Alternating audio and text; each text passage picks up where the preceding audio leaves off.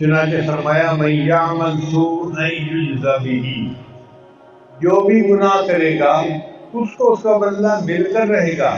یہ ایک قانون ہے جو اللہ نے بنایا ہے، اور اللہ اس بات پہ قادر ہے کہ اپنے قانون کو پوری طرح امپلیمنٹ کر دکھائیں۔ آپ اپنی زندگی میں اور ارد گرد نظر دوڑا کے دیکھیں، آپ کو یہ قانون لاگو نظر آئے گا کہ جہاں انسان گناہ کرے گا وہاں پریشان ہوگا۔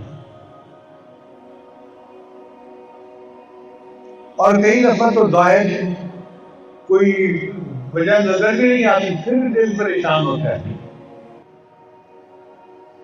اللہ اس سے سکون کو چھین لیتے ہیں، نہ دنیا سے، نہ دولت سے، نہ گھر آباد کرنے سے تسلی جن کو ہوتی ہے خدا کو یاد کرنے سے۔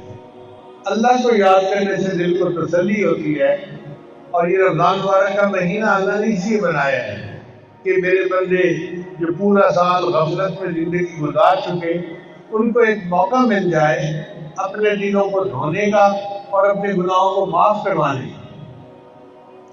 افطاری کے وقت دعا قبول ہوتی ہے، روزہ دار بندہ تلاوت کرتے ہیں دعا قبول ہوتی ہے، تو دعائیں قبول کروا لیجئے اور اس مبارک مہینے میں اپنے آپ کو باطنی طور پہ دھو لیجئے۔